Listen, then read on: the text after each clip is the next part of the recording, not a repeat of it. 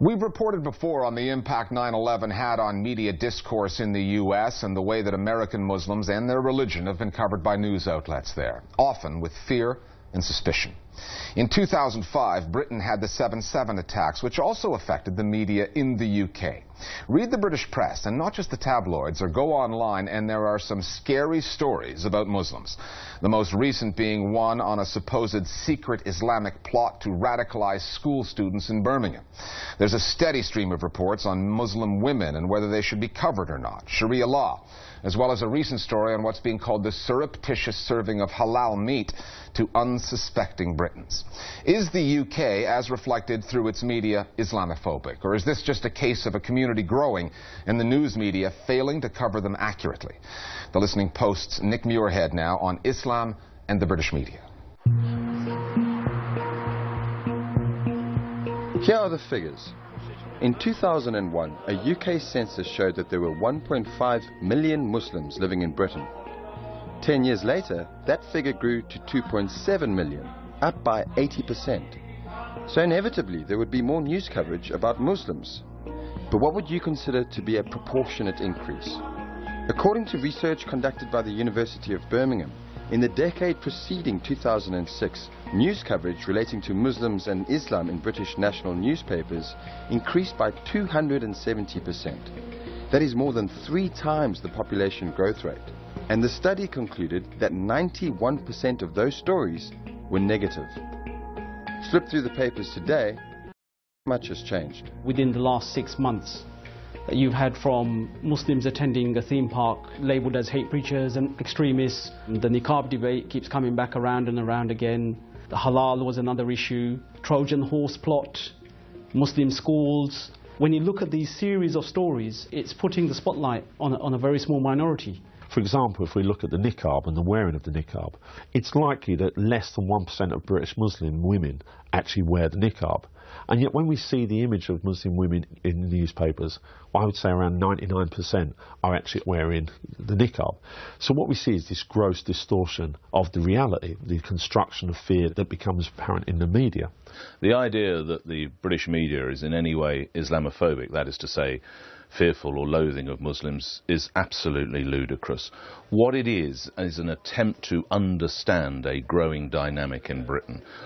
As they exert their numbers, as they now move into education and other areas, it is the job of the media to try and help people who are already here to understand them. It's not fear, it's trying to comprehend and understand. And according to Engage, a Muslim advocacy group in the UK, they are failing. In 2011, Lord Justice Leveson set up an inquiry into the culture, practices and ethics of the British press following the News of the World phone hacking scandal. Engage took the opportunity to raise the issue of Islamophobia in the country's media. And according to Lord Justice Leveson's final report, the inquiry heard sufficient evidence to conclude that some sections of the press have deliberately invented stories with no factual basis in order to satisfy demands of readership, and that one publication in particular, the Daily Star, published stories about Muslim issues knowing that they were untrue. But misinformation is only part of the problem. It can also be the framing of stories. In 2012, 9 men were convicted of sexually exploiting young girls in Rochdale in northwest England, with similar cases around the country. All involving mainly British Pakistanis. Who were all Asian. Mainly Pakistani Muslim men groomed. But critics say that as soon as it emerged that the grooming gangs were Asian and Muslim, and that their victims were white, that the men's race and religion became central to their offences in the coverage that followed. That again falls back on this idea that you essentialise religion. You're making religion the reason for those crimes. And I think if you looked at any of the profiles of the men that were implicated in these cases, very few of them would fit the profile of what a British Muslim would consider a British Muslim way of life. If we look at kind of other instances of paedophilia where, statistics show that actually it's mainly a white, middle-aged man who's actually the perpetrator of this. We don't talk about this being a white crime or a white phenomena, but when Muslims are involved, that actually comes to the forefront. So we always talk about Muslim grooming. But what you have to remember in this case is that evidence was put before the court in Britain that the reason these men preyed on mostly white girls, I'm not saying this is true, I hasten to add, but that what was heard in court was they preyed on white girls because they saw them as cheap, easy and available, and they would never do it with their own Muslim girls. That is why their faith became important. If counsel says that in a court, it has to be covered. I would argue to my journalistic dying breath, it is germane to the story if that's what drove the men to choose vulnerable white girls. Journalists are often under pressure to get across a lot of information with, in the case of print, as few words as possible, or for broadcasters, as little time as possible. One of the ways they do that is to use journalistic shorthand. And when you look at the coverage of Islamic issues in Britain, certain words, adjectives keep coming up. Terminology that has broad implications, but is short on meaning. Everything has an IST. Salafist, Islamist. It just feeds into the language in terms of allowing those right-wing journalists their own definition of people, which is a negative definition, and classifying them so that it's easier for their readers to understand that this is exactly who we're talking about. So, if, for example, if you call an Islamist here and you call the Muslim Brotherhood Islamist in Egypt, then they're the same people. It's never just the word Muslim or Islam which is used. So there's always these appellations with it. So it'll be radical Muslim or mainstream Muslim. There's always this demarcation between good and bad. There's always this idea being reinforced that actually not all Muslims are good. So even if there's a good story, they will be referred to as moderate Muslims or mainstream Muslims.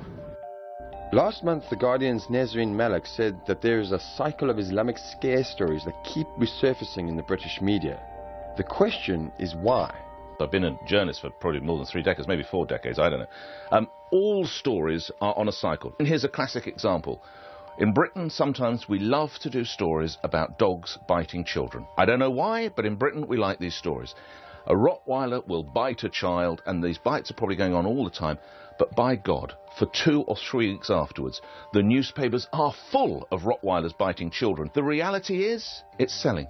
It's selling newspapers, it's getting discussion on radio shows like mine, it's making TV bulletins, so suddenly it's in cycle. It's the same, without being offensive, I'm not likening them, of course, to animals, but it's the same sort of thing with Muslims. Suddenly the stories are in vogue. Causality is a really difficult thing. To suggest that media output necessarily has led to certain changes in society or certain shifts in the way in which Muslims are treated. One of the lasting consequences of media output after 7/7 has been the construction of the entire community as complicit in some of these crimes. And whereas ordinarily you might have identified minorities within that community as part of the problem, certainly in the construction of the war on terror, that you're finding huge majorities of Muslim communities now come in for that level of exceptionalisation. We should have a space where we can actually disagree and debate and contest and challenge. I don't think that's Islamophobia at all. I think where we see that Islamophobia begins to emerge is that when those disagreements or dislikes or criticisms are then used to, sort of homogeneously to criticise all Muslims without differentiation, to kind of demonise the religion of Islam unfairly, to encourage hatred or bigotry and even encourage violence. I think that is when it becomes a problem.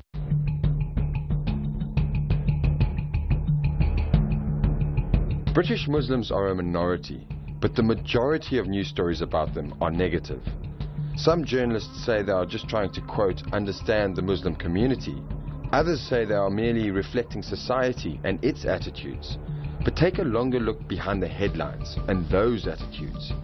That's the real story.